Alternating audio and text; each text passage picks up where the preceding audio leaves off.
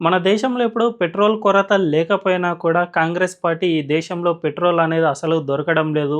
వాటి రేట్లు పెరిగిపోయాయి అనే విధంగా అబద్ధపు ప్రచారం చేస్తుంది కదా!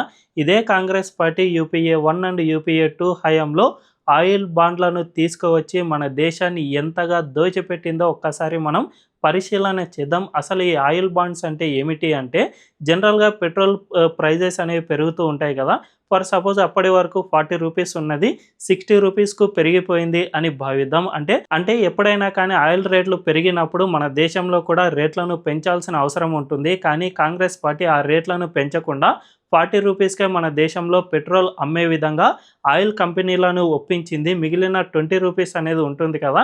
దాన్ని ఆయిల్ బాండ్ల రూపంలో ఇష్యూ చేసింది. అంటే ఆయా కంపెనీలకు మేము ఇప్పుడు కాకపోయినా భవిష్యత్తులో ఎప్పుడైనా మా ఇండియన్ గవర్నమెంట్ మీకు పేమెంట్ చేస్తుంది అనే విధంగా ఒప్పించింది.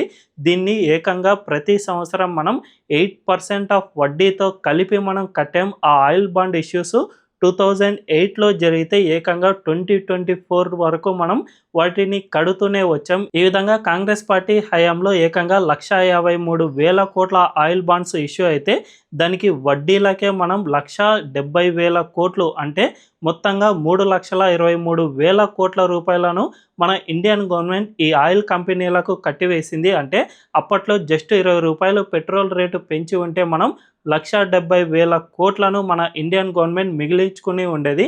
అయితే Congress party just vote bank కోసం మాత్రమే ఈ విధంగా చేసిందని చెప్పకనే చెప్పుకోవచ్చు. అంతటి చీకటి పాలన నుంచి ఇప్పుడు మన దేశం కొద్దో గొప్పో బాగానే ఉందనే చెప్పుకోవచ్చు.